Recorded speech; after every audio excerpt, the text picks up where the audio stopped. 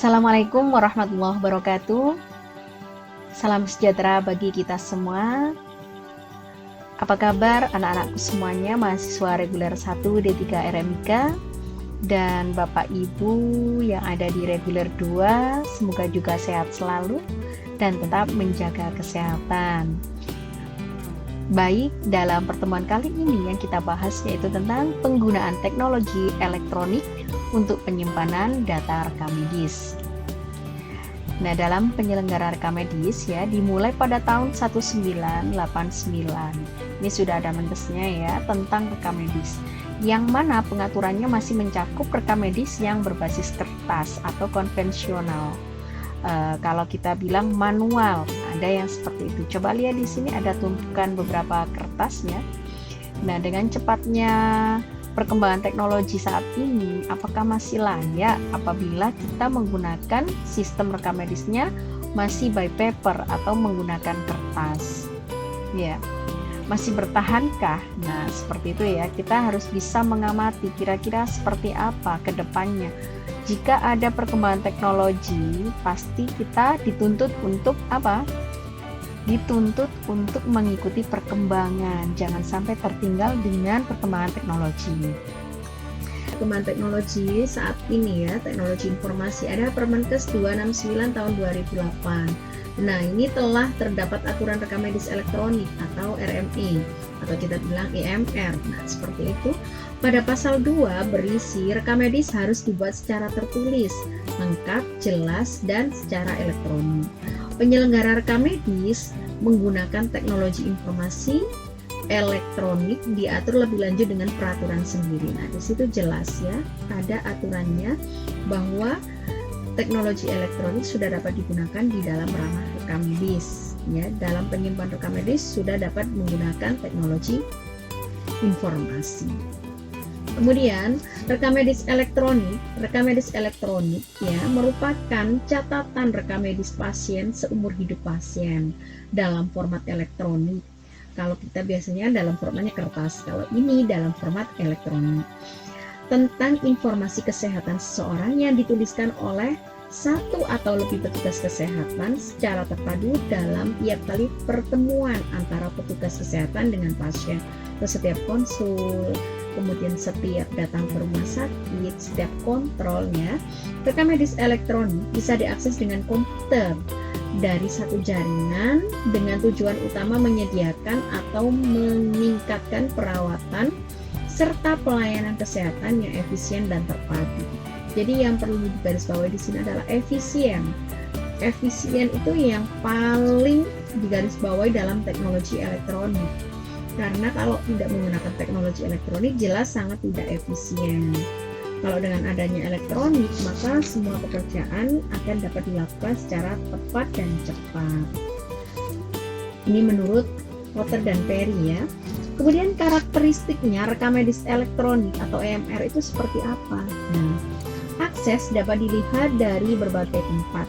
Kemudian tampilan data dapat dilihat dari berbagai pendekatan. Data entry-nya lebih terstruktur, dilengkapi dengan sistem pendukung keputusan. Kenapa? Karena kalau data entry terstruktur, tidak akan terjadi salah entry, kesalahan dalam pengentrian data-data pasien. Nah, kok bisa dikatakan kesalahan? Nah, apabila kita menulis tangan, ya, masih terjadi rawan dalam pengisian data-data yang salah.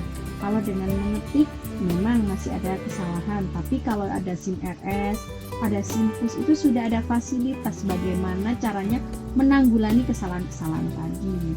Jadi misalnya ada message code-nya, ada peringatan setiap kali ada kesalahan-kesalahan. Kemudian dilengkapi dengan sistem pendukung keputusan, mempermudah dalam analisis data. Jadi ketika direktur akan menganalisis data itu akan jauh lebih mudah.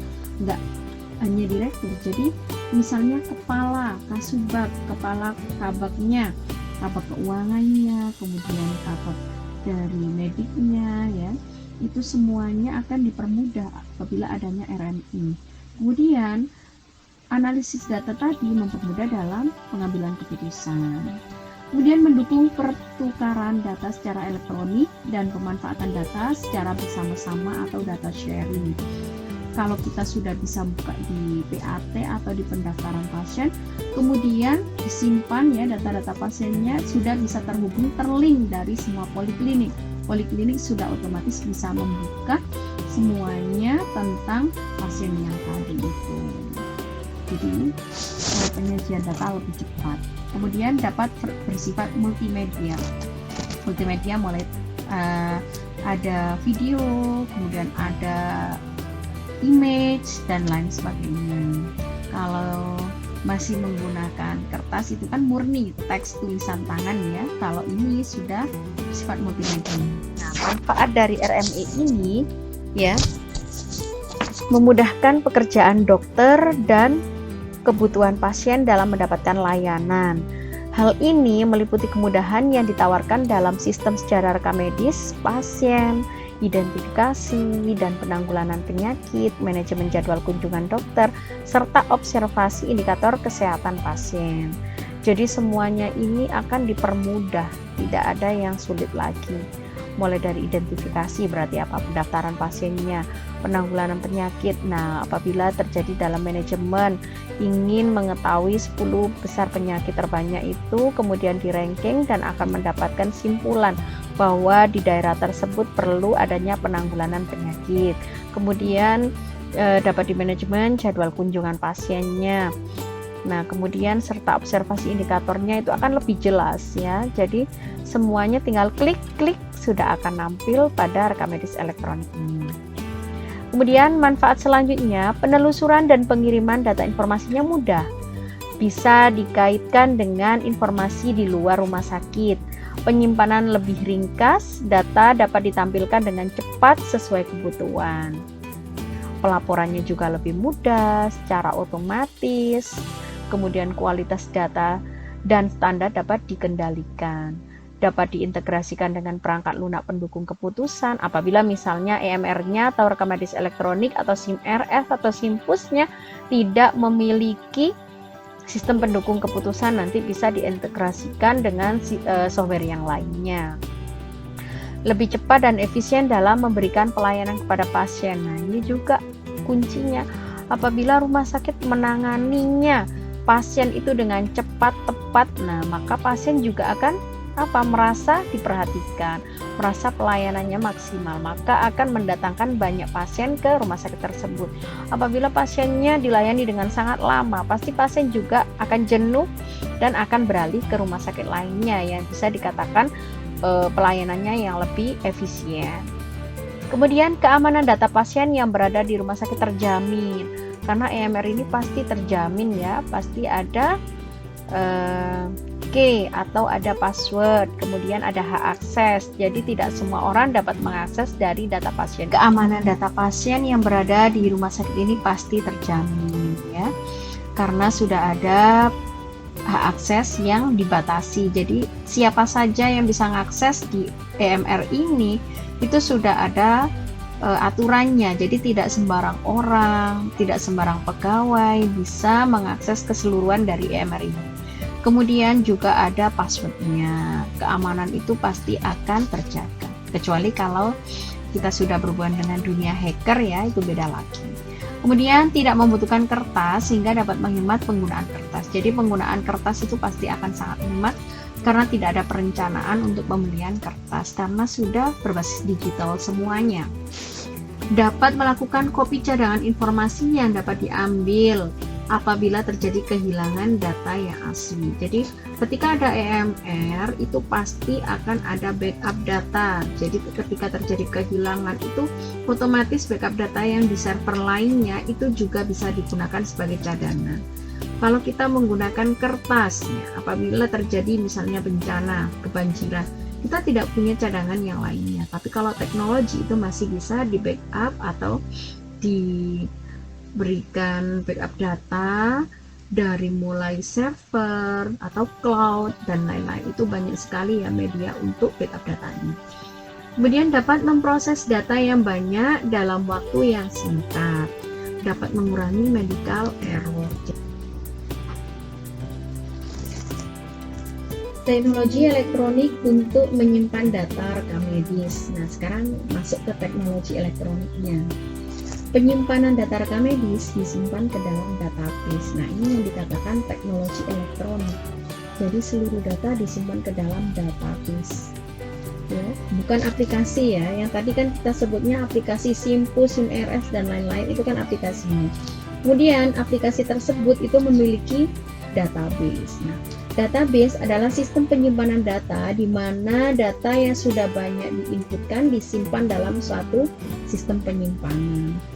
Kemudian proses masukan atau input dan mengambil data dari media penyimpanan data memerlukan perangkat lunak yang disebut dengan sistem manajemen basis data atau DBMS. Database Management System. Ini merupakan macam-macam database-nya. Ada mulai dari Oracle, MySQL, kalau kalian kenal dengan dunia IT ya. Ada Access. Nah, ini Access yang sudah kita pelajari sebenarnya, namun di reguler ini karena di mata kuliah yang sekarang ini karena terhambat ya mata kuliah online, jadi kalian sulit untuk mempraktekkan dari MS Access. Nanti kalau sudah pertemuan di lab ya, kita akan belajar gimana MS Access biar kalian bisa memahami. Kemudian Microsoft SQL Server, kemudian IBM, DBase, ada VisualForce Pro, ada Postgre. Nah, ini logo-logonya dari database itu. Jadi ada beberapa macam database. Setiap aplikasi pasti akan dihubungkan dengan database. Aplikasi tersebut tidak bisa untuk menyimpan data sebanyak itu, apalagi database. Jadi memerlukan koneksi ya. Nah, ini perlu diingat, teknologi elektronik atau database tidak dapat berjalan sendiri. Untuk penggunaan user dalam penginputan, pengolahan, penyajian data itu memerlukan aplikasi pendukung. Kemudian ada yang berbasis web, Android ya, ada SimRS, Simpus, Epinfo, pendaftaran pasien online yang kemarin sudah kalian pelajari. Nah, jadi semua input pengolahan data yang ada pada aplikasi pendukung disimpan ke dalam database. Ini contohnya ya, database pada aplikasi pendaftaran pasien. Ini aplikasinya, coba lihat di sini.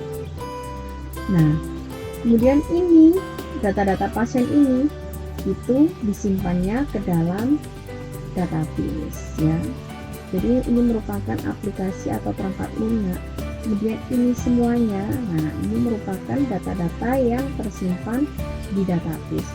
Fahmi, Fisin, kemudian Afebiansyah, ada Cartoni, semuanya ini masuk ke dalam database tadi di DBMS. Oke, ini contohnya lah. Ada database ini menggunakan Postgre ya, contoh di satu rumah sakit ini di RSUD Kanjuruhan. Nah, seperti ini database ya. Jadi ini ada data-data pasien, kemudian semuanya identitas pasien disimpan keseluruhan di dalam database. Ini hanya saya tampilkan data pasien saja ya, data identifikasi, belum masuk ke data pemeriksaan, kemudian data laboratnya, data sistem penunjangnya, kemudian billing sistemnya. Nah, banyak sekali database ini. Jadi ada beberapa tabel-tabel. Nanti kalian juga akan ada mata kuliah tentang database ini dengan dosen yang lainnya tentunya ya, nanti di semester lanjutan. Kemudian ada jenis data yang dapat disimpan. Jadi di dalam database itu tidak hanya berbentuk teks, nama, ini aja tidak. Jadi nanti database itu bisa menyimpan bentuk kode, narasi, kemudian laporan berbentuk tabel, grafik. Nah, ini penyajiannya nanti. Kemudian gambar-gambar dalam bentuk grafik ini ya, bisa juga dari hasil scanning, kemudian foto ronsen, USG, CT scan, foto gigi dan lain-lain. Jadi semuanya itu bisa disimpan ke dalam database. Nanti bentuknya binary dan lain-lain. Kalian pasti nggak istilahnya nggak terlalu familiar dengan bahasa-bahasa ini, karena ini bahasanya orang-orang IT. Cukup kalian yang kalian pahami adalah bagaimana konsepnya. Tidak perlu bagaimana cara membuatnya gini-gini. Tidak perlu yang sampai mendetail seperti itu. Itu tugasnya orang-orang IT. Nah, tugasnya orang rekam medis mengetahui semuanya tentang perkembangan pergerakan zaman tentang RME ini. Nah, kemudian ada yang juga sound ya, suara detak jantungnya si bayi, kemudian video, misalnya proses operasi atau tindakan medis lainnya. Itu kan pernah ya, kalian paling juga banyak yang sudah kenal dengan drakor ya. Di drama Korea itu Setiap kali melakukan proses operasi itu dilakukan video ya, di video. Kemudian video tersebut juga dapat dilakukan untuk pelaporan. Jadi video tadi masuk ke dalam sistem RMI tadi. Dalam kegiatan operasi pasien ini laporan videonya. Apabila nanti terjadi seperti malpraktek dan lain-lain, dituntut rumah sakitnya, sudah ada bukti dalam rekaman video. Contohnya seperti itu. Kemudian kelebihannya penggunaan teknologi elektronik ya, dapat meminimalkan human error. Kalau kita nggak menggunakan teknologi elektronik pasti tangan lelah, salah nulis, kemudian ngantuk, nah seperti itu. Tapi kalau yang teknologi elektronik itu kesalahan penginputan sudah diminimalisir dengan adanya peringatan data yang Anda inputkan salah, nah seperti itu. Misalnya orang mau berkunjung ke rumah sakit, orangnya laki-laki, identitasnya namanya perempuan, ketika sudah di-coding ternyata penyakitnya di situ penyakit bawaan wanita, misalnya terjadi tumor ganas pada ovarium. Nah, yang di-coding tadi adalah seorang pria. Nah, itu pasti akan muncul peringatan bahwa tidak dapat dilakukan coding lanjutan seperti itu. Itu yang dimaksud dengan meminimalisir. Kemudian sebagai penunjang keputusan layanan kesehatan, ini sudah disampaikan ya tadi berkali-kali, bahwa ketika direktur untuk mengambil keputusan pasti membutuhkan laporan dari sistem informasi ini, dan sistem informasi ini tidak bisa untuk dibuat sebagai keputusan, tidak, tapi ada penunjangnya. Jadi seperti membuat saran, bagaimana saran untuk ke manajemen atau direksinya. Kemudian dapat memasukkan data pasien dan memperoleh saran untuk penanganan pasien. Mudahan penyajian data sehingga penyampaian informasi lebih efektif. Ini yang pasti sangat penting. Efektif. Kalau sudah efektif ya, mudah, cepat, itu pasti akan menjadi suatu keunggulan. Kemudian pembentukan database yang memungkinkan penelitian, simulasi pendidikan tenaga medik maupun paramedik berdasarkan data yang nyata. Hemat kertas lagi, nah sama ya. Jadi yang tadi RMI yang di depan dengan yang ini penggunaan teknologi elektronik. Kemudian ada lagi penelusuran, pengiriman data juga lebih mudah, bisa dikaitkan dengan informasi di luar rumah sakit. Maksudnya apa? Jadi misalnya informasi tentang di dinas kesehatan, Kementerian Kesehatan, nah ini bisa langsung dikaitkan atau terintegrasi. Kemudian penyimpanan lebih ringkas, data dapat ditampilkan dengan cepat sesuai dengan kebutuhan. Laporannya pasti lebih mudah, secara otomatis. Ini kembali seperti tadi ya, kelebihannya. Kualitas data dan standar dapat dikendalikan, dapat diintegrasikan dengan perangkat lunak pendukung keputusan, sama seperti yang tadi. Kemudian kelemahannya apa kira-kira dari penggunaan teknologi elektronik ini? Setiap segala sesuatu itu pasti punya kelemahan. Nah, membutuhkan investasi awal yang lebih besar daripada rekam medis kertas untuk pengadaan perangkat kerasnya, hardware, mulai komputer dari pendaftaran hingga yang ada di poliklinik, yang ada di rawat inap, hingga dokternya semuanya sampai di akhir itu pasti mahal. Kemudian perangkat lunaknya juga perlu, dan biaya perangkat lunak ini juga sangat mahal sekali ya. Untuk SIM RS ini biasanya tawarannya 1 miliar kalau di era sekarang, tapi ada rumah sakit yang lainnya masih menggunakan yang ada di bawahnya harga tersebut. Jadi tergantung dari kebutuhan rumah sakit ini. Tapi kalau sudah RMI bisa menyimpan detak jantung, bisa menyimpan CT scan dan lain-lain, itu pasti sudah di atas harga yang tadi saya sebutkan. Fantastis memang karena jangka panjang, jadi bukan jangka pendek ini ya. Kemudian waktu yang harus disediakan oleh key person dan perawat dalam mempelajari sistem dan merancang ulang alur kerja memerlukan waktu yang lama. Jadi ini seperti adanya modul pembelajaran kepada perawat, kepada personilnya ya, atau karyawan semuanya. Jadi yang memegang atau nanti yang mengendalikan sistem informasi rumah sakit, rekam medis elektronik ini, nah itu semuanya berkaitan, nanti akan ada pembelajaran, dan itu tidak memerlukan waktu yang cepat, pasti sangat lama. Karena apa? Karena tidak semuanya human SDM-nya itu sudah mengetahui tentang teknologi elektronik ini. Ada yang gaptek, kemudian ada yang belum bisa mengoperasikan komputer, nah itulah tugasnya dari manajemen bagaimana untuk memberikan pendidikan, edukasi kepada karyawannya agar semuanya bisa beralih ke ranah teknologi elektronik. Kemudian konversi rekam medis kertas ke rekam medis elektronik juga memerlukan waktu, sumber daya, tekad, dan kepemimpinan. Karena pada saat ini ya di berbagai rumah sakit itu hampir belum ada yang bisa beralih ke teknologi elektronik yang benar-benar pure tanpa adanya kertas. Karena apa? Nah, ada kepemimpinannya yang kurang berani untuk mengambil resiko tersebut. Kemudian ada juga terbentur biaya. Ada juga karena SDM-nya yang lemah, IT-nya di rumah sakit belum mampu beralih seperti itu.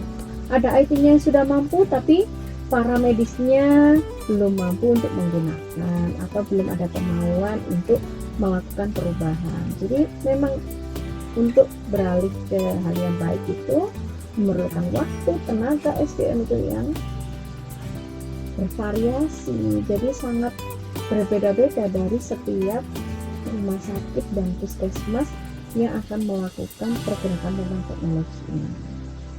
Kemudian resiko kegagalan pada sistem komputer, resikonya itu tapi jarang sekali ya, karena sekarang sudah diberikan seperti notifikasi, kemudian ada cara penggunaan. Nah, jadi hal-hal seperti itu. Mungkin kalau tentang kegagalan pada sistem komputer ini lebih misalnya ke penanggulangan bencana, bagaimana dalam penyimpanannya, backup datanya, mungkin seperti itu.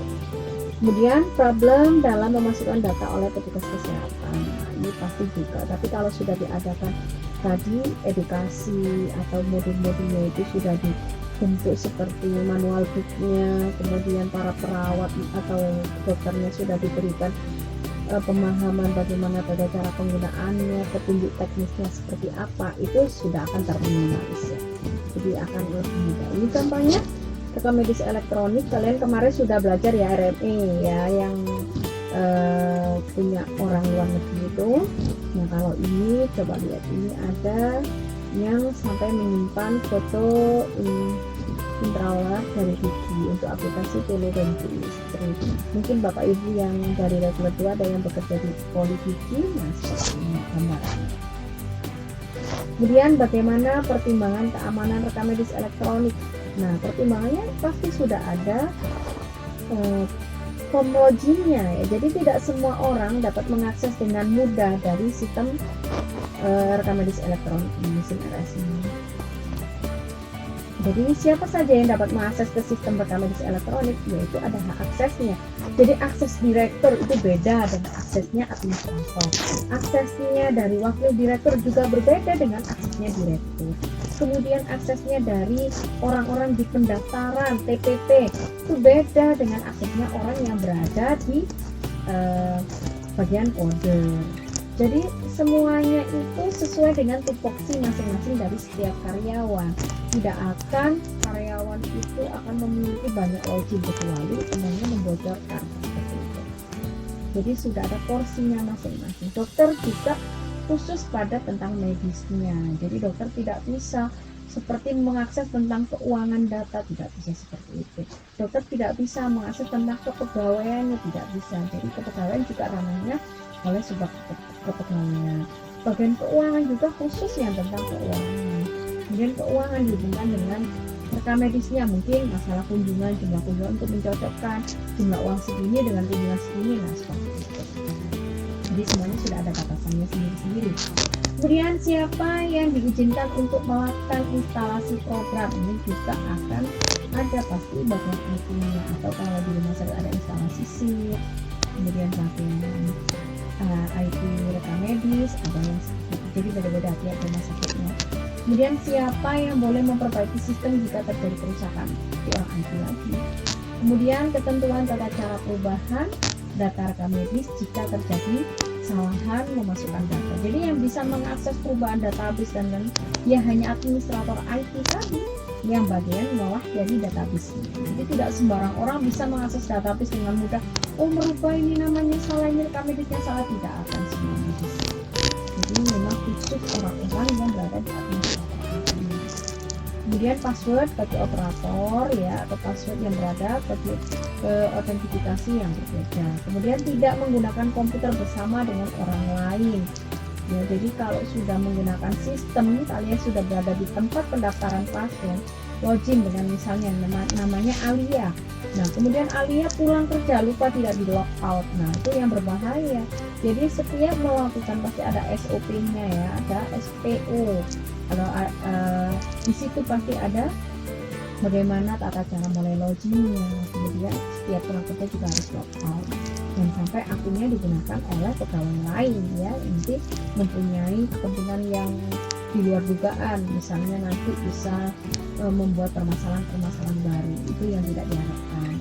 Nah, kemudian penggunaan digital signature ya, kemudian electronic signature ini juga, nah karena apa, rata-rata sekarang itu kalau sudah menggunakan elektronik itu sudah harus beralih ke ini digital signature. Jadi tanda tangan sudah menggunakan untuk digital, enggak yang di scan, tidak seperti itu. Jadi memang harus punya hardware-nya untuk digital signature tadi. Kemudian kebijakan yang dapat diberlakukan untuk menjaga kerahasiaan data itu bagaimana? Jadi piranti keras ya yang dapat diakses oleh pasien di ruang pemeriksaan pasien harus senantiasa terkunci ya. Jadi hardware-nya pun juga harus terkunci. Maksudnya apa? Jadi setiap masuk ke komputer juga harus ada login ya, jangan sampai komputer Anda tidak terkunci. Kemudian layar komputer yang bisa dilihat pasien tidak boleh berisi informasi medis tentang pasien lain. Jadi khusus ini untuk dirinya sendiri pasien tersebut. Misalnya pasiennya berobat namanya Alia ya khusus datanya tentang Alia saja yang ditampilkan. Tidak boleh data-data misalnya datanya Ibu Siti Hafsah ditampilkan juga, tidak boleh seperti itu. Jadi harus benar-benar memperhatikan dari SPO-nya tadi.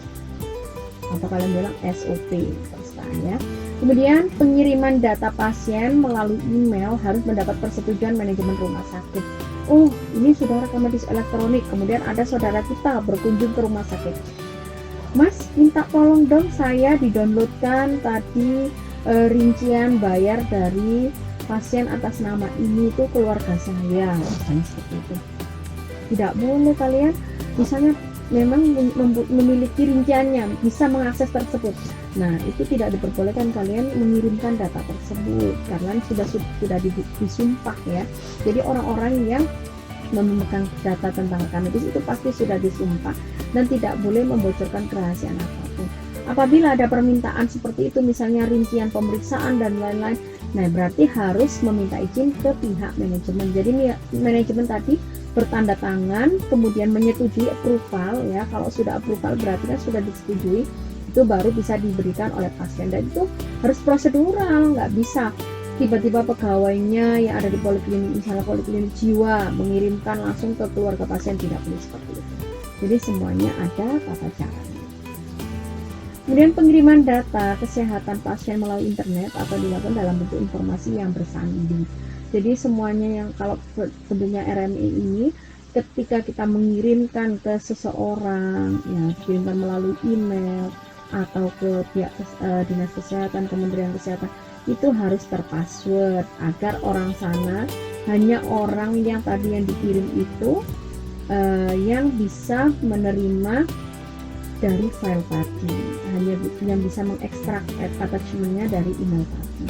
Jadi passwordnya dikirimkan misalnya by chat atau telepon. Nah, jadi tidak sembarang harus langsung data dikirimkan, akhirnya bisa dibuka oleh yang lain-lain, tidak diharapkan seperti itu ya. Kemudian sudah, terima kasih. Jadi kalian saya harapkan dapat mempelajari dengan benar bagaimana tentang rekam medis elektronik ini. Nah, sebenarnya hari ini juga dapat melanjutkan ya tentang bagaimana rekam medis elektronik ini digunakan di bagian rekam medis. Misalnya dari peminjaman status, kemudian mengurutkan berkas rekam medis, kemudian assembling dan lain-lain. Nah, itu pembahasan minggu depan ya, tentang bagaimana cara kerjanya sistem informasi rumah sakit itu di filing. Nanti yang kita pelajari tentang SIMRSS. Baik, saya kira cukup ya, ini yang dapat saya sampaikan di materi saat ini. Semoga bermanfaat. Saya harap kalian gak hanya mempelajari dari sini, tapi coba browsing tentang bagaimana tentang rekam medis elektronik ini. Kalian nanti akan menemukan berbagai macam hal dan di situ ilmu kalian akan dapat lebih berkembang lagi ya. Baik, saya akhiri. Assalamualaikum warahmatullahi wabarakatuh. Salam sejahtera semuanya. Semoga tetap menjaga kesehatan dimanapun berada.